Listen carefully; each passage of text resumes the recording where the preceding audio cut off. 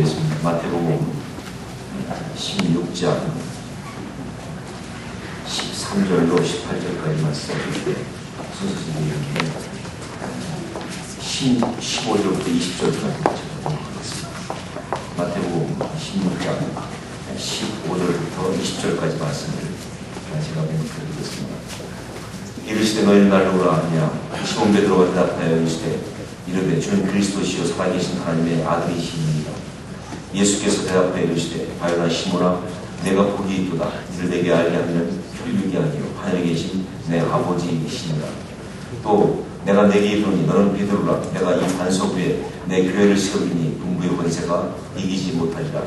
내가 천국 열쇠를 내게 주노니 내가 땅에서 무엇을 누르면 하늘에서 매일 것이요 내가 땅에서 무엇을 풀면 하늘에서도 풀리라 하시고 이에 제자들의 경고하사 자기가 그리스도인 것을 아무에게도 이르지 말라 하십니다. 기독교 역사에 있어서 예수님 말고 그 다음 중요한 사람이 누구냐 이렇게 질문을 한다면 뭐 여러 가지 논란들이 있겠지만 그러나 대부분 일치하는 이야기는 사도 바울을 꼽을 것입니다. 사도 바울이 예수님 말고는 우리 기독교 역사에 있어서 가장 중요한 인물로 꼽혀도 손색이 없다. 왜냐하면 사실 예수님께서 말씀하시고 또 예수님께서 행하셨던 모든 것들을 신학적으로 완벽하게 정리한 사람이 사도 바울이기 때문에 예수님은 그야말로 원재료를 그냥 펼쳐놓으시다고 한다면 그걸 요리를 한 사람은 사도 바울이니까 그렇게 말할 수가 있는 거예요. 그래서 어떤 비판적인 그런 그 사람들은 심지어 이런 말까지 합니다. 기독교는 사실은 바울의 종교다. 예수 그리스도를 믿는 종교가 아니라 바울의 종교다라고까지 말할 정도로 그 정도로 바울의 역할을 컸어요. 그 비판적인 이야기에 대해서 저는 분명히 잘못했다고 생각합니다. 기독교는 바울의 종교가 아니죠. 그리고 그 말하는 의도가 좀 악하다고 볼 수가 있어요. 우리 신앙을 좀 깎아내리면. 하지만 그 말이 있을 수 있을 만큼 사도 바울이 그만큼 우리 기독교 역사에 중요한 역할을 했다는 것은 분명한 사실이에요. 자, 그 중에 하나 정말 놀랍고 탁월한 깨달음이 하나가 있는데 그것이 바로 뭐냐면 교회가 뭐냐 하는 것을 갖다가 정리하면서 교회와 예수 그리스도와의 관계를 정리하면서 교회는 예수 그리스도의 몸이고 예수 그리스도는 교회의 머리라고 하는 이 인사이트, 이 정리는 정말로 탁월한 점입니다. 예수님께서 한 번도 그렇게 말씀하신 적은 없지만 그러나 그 모든 것들을 종합하면서 바울 사도들도 성령이 주신 감동 가운데서 이렇게 정리한 거예요. 교회는 예수 그리스도의 몸이다. 그리고 예수 그리스도는 교회의 머리다. 에베소 1장 23절에 이 이야기가 나오고 있고요. 에베소 5장 23절에 이 이야기가 나오고 있습니다. 골로새서 1장 18절 말씀에도 나오고 있고 그 외에도 여러 부분에서 나오고 있는 이야기죠. 자, 이게 왜 중요한 것이냐라고 한다면 바로 이것은 교회가 어떠해야 하는지 그리고 정말 어떻게 하면 정말 아름다운 교회를 이룰 수 있는지를 알려주는 핵심적인 인사이트이기 때문에 자, 교회 이게 우리 가운데 지금 주어져 있는데 이 교회를 어떻게 하면 진짜 좋은 교회를 만들 수 있을까? 어떻게 해야 정말 아름다운 교회가 되는 것인가? 대답이 없다는 거예요. 사실 방법이 없다는 거예요. 그냥 사람들이 만들어서 할 얘기가 아니에요. 그런데 이거에 대한 정말 기본적이고 중요한 어떤 그런 대답인 것이 바로 이 인사이트. 교회의 머리가 예수님이시라는 사실. 그리고 교회는 교회의 몸이라는 사실. 이것으로 인해서 굉장히 중요한 정리가 시작됐습니다. 자, 이러한 그 인사이트의 근거에서 볼 때 바로 마태복음 16장 18절 말씀. 다른 분들도 함께 하지만 적어도 이 마태복음 16장 18절 말씀은요. 이 교회론과 우리 신앙생활하는 데서 너무너무 중요한 말씀입니다. 왜냐하면 이것은 교회의 머리이신 예수 그리스도께서 교회가 무엇인지를 직접 말씀하신 최초 그리고 더 정확히 얘기하면 유일한 말씀이 있는 것입니다. 교회의 머리라고 하신 그분이 교회는 이런 것이다. 이래야 한다는 말씀하신 것이 딱 한 번 나온다 그 말이에요. 물론 복음서에 보면 한 번 더 교회에 대한 언급을 하신 게 나와요. 마태복음 18장 17절 말씀에 보면 만일 그들의 말을 듣지 않거든 교회의 말하고 교회의 말도 듣지 않거든 이방인과 세뇨같이 여기라 이런 말씀이 나와요. 하지만 이 마태복음 18장 17절 말씀은 교회가 무엇인지 말씀하신 건 아니에요. 예수님 입에서 교회란 말은 나오셨지만 교회는 이런 것이다 이렇게 말씀하신 것이 아니라 다만 이것은 성도들이 신앙생활을 하는데 문제가 있을 경우 어떻게 할 것인가를 이야기하신 거라. 그러니까 교회가 무엇인가를 말씀하신 것은 마태복음 16장 18절이 유일하다고 볼 수가 있어요. 자, 이 중요한 교회에 대한 주님의 말씀, 교회 머리이신 주의 말씀을 통해서 우리가 이제 교회가 어떠해야 되는지를 깨달아야 하고 오늘 또 그것을 나눠야 될 필요가 있다고 생각합니다. 그런데 이 말씀을 보면 말이죠. 이 말씀이 나오게 된 배경이 중요하죠. 그냥 나온 게 아니라 사람들이 나를 누구라 하느냐라고 물었을 때 이렇다 저렇다 이게 나오지 않습니까? 그때 주님께서 이제 진짜 묻고 싶었던 걸 물은 거예요. 그러면 너희는 날 누구라 하느냐?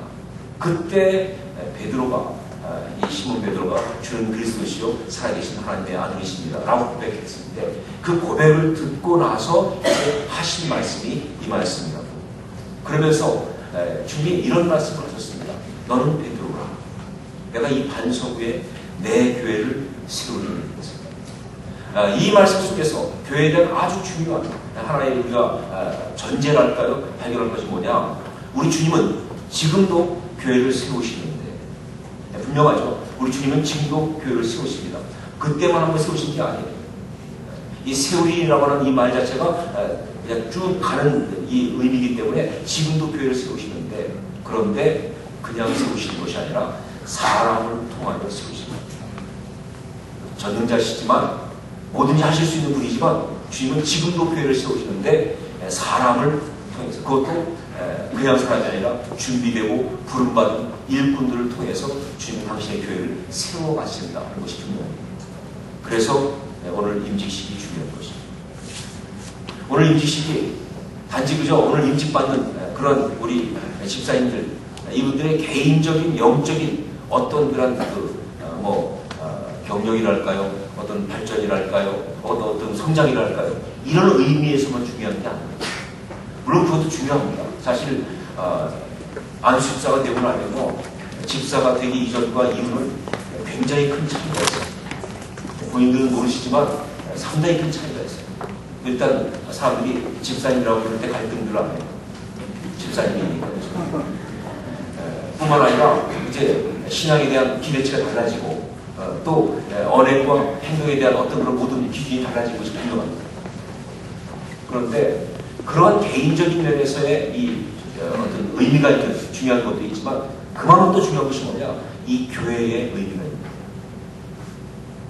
정말 AAC 오늘교회 인랜드 캠퍼스가 이제 오늘 임직식을 하면서 다시 한번 참된 교회, 아름다운 교회의 모습으로 나아가는 어떤 역사를 이루는 것이다 그러겠습니다. 왜냐하면 교회 머리신 주님께서 당신이 교회를 세우신다고 말씀할 때 사람을 언급했거든요. 너는 베드로라. 이 반석 위에 내 교회를 세우고. 그게 역사상에 있었던 베드로 한 사람만 말하는 것이 아니죠. 바로 준비된 일꾼, 부름받는 일꾼들을 통해서 나는 내 교회를 세운다. 그래서 이것이 그만큼 중요한 것입니다.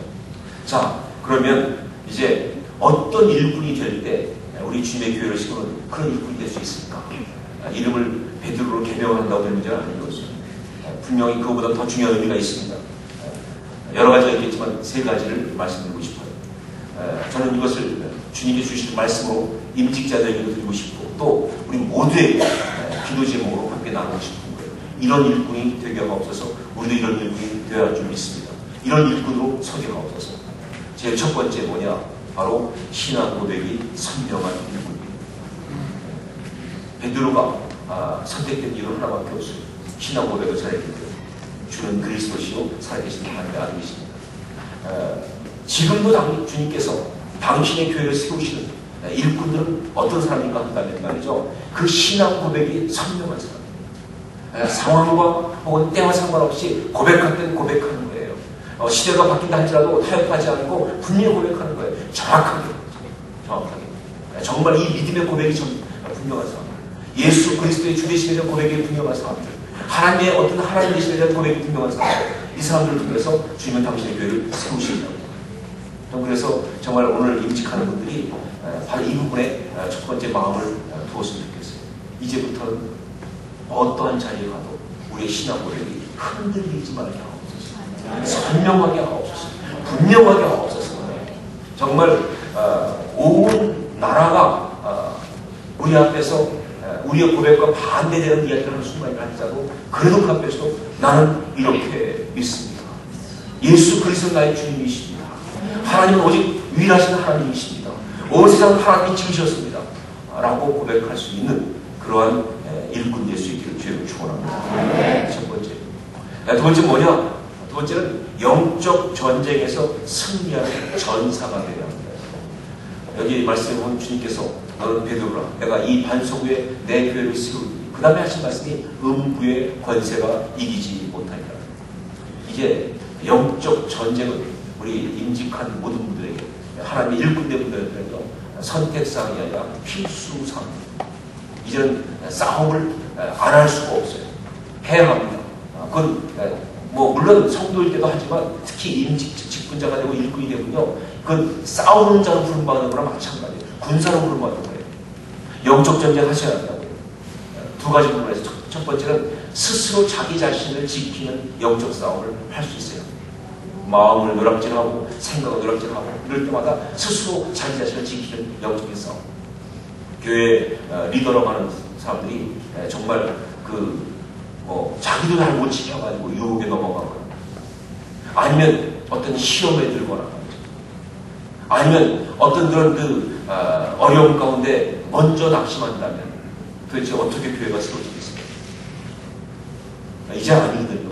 정말 이전에는 좀 그런 경향이 있었다 할지라도 이제는 그것이 아니라 정말 유혹에 대해서도 담대히 노라고 말할 수 있습니다.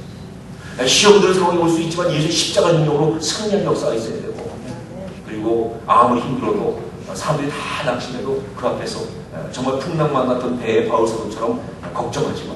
하나님과 함께 하신다고 말할 수 있는 그런 영적 전사가 되어야 될 줄 믿습니다. 그 다음에 이 싸움은요, 교회 공동체를 지키는 싸움에서 또한 뛰어나야 돼요.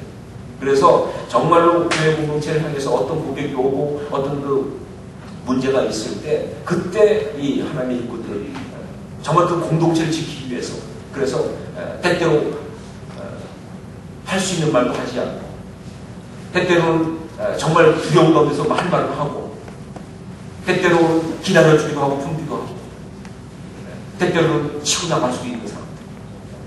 정말 교회를 지키기 위해서라면 내 자신이 수모를 당한다 할지라도 나는 괜찮다라고 말할 수 있는 사람. 교회를 세우기 위해서라면 말이죠. 내가 정말 손해를 하면서도 내가 감당할 것을 한다고 하는 그런 마음. 이 교회를 지키는 공동체를 지키는 영적인 싸움을 할 수가 있어야 한다는 것이죠. 이것이 바로 두 번째 요소가 되겠습니다. 전사, 영적 전쟁을 하는 사람들. 세 번째로 이 하나님 주님께서 당시 교회를 세우는 일꾼은 어떤 사람인가 하면 바로 하나님 나라의 비전, 그것을 가슴에 열정으로 품은 사람. 그 다음에 주님께서 하신 말씀은 내가 천국 열쇠를 내게 주리니 내가 땅에서 무엇을 내면 하늘에서 내릴 것이고 내가 땅에서 무엇을 풀면 하늘에서 풀리리라. 이건 무슨 얘기냐? 비전이에요. 그것도 그냥 비전이 아니라 가슴이 뜨거운 비전입니다. 어떤 비전이냐? 하나님의 나라에 대한 비전이에요. 땅에서 매면 하늘에서 내릴 것이고 땅에서 풀면 하늘에 풀릴 것이다. 하나님의 역사가 일어날 것을 갖다가 꿈꾸고 바라보고 나가고 이루고 어떤 그러한 사람이 바로 하나님의 일꾼이라는 것이다. 무엇보다 이 주님이 당신의 교회를 세우는 일꾼들은 하나님 나라에 대한 꿈이 있어요. 정말 또 하나님 나라에 대한 열정이 있어요. 그리고 하나님 나라에 이루는 지혜가 있어요. 첫 번째고 두 번째 거는 어떻게 되겠다고 생각하는데 지혜는 자신이 없는데요 라고 할지 모르겠어요. 그건 어떻게 할 수 있는 게 아니지 않습니까? 그것도 지혜는요 마음이 있으면 지혜가 생겨요.